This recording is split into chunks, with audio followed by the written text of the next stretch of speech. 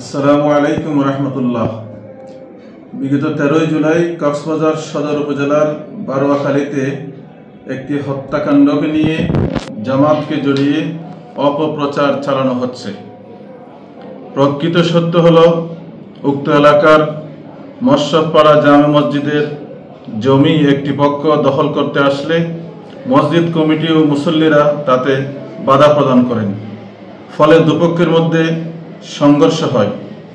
এতে আব্দুর রহিম নামে এক ব্যক্তি নিহত হয়। আব্দুর রহিমের মৃত্যুতে গভীর শোক প্রকাশ করছে এবং তার রুহের মাগফিরাত কামনা করতেছে এবং তার শোক সন্তপ্ত পরিবারের প্রতি গভীর সমবেদনা প্রকাশ করছে।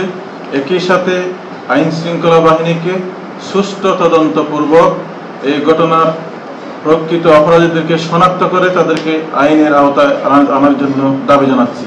উক্ত ঘটনার সাথে জামাতের দূরতম কোনো সম্পর্ক নেই। একটি পক্ষ উক্ত ঘটনার সাথে জামাতকে জড়িয়ে উদ্দেশ্যমূলক ও বিভ্রান্তিকর সংবাদ প্রচার করে জনমনে বিভ্রান্তি সৃষ্টি এবং রাজনৈতিক ফায়দা হাসিলের অপচেষ্টা চালাচ্ছে। আমরা এই হত্যাকাণ্ডের তীব্র নিন্দা জানাচ্ছি এবং তদন্তপূর্বক ঘটনার সাথে জড়িতদের বিরুদ্ধে কঠোর আইনানুগ ব্যবস্থা গ্রহণ করার জন্য আহ্বান জানাচ্ছি।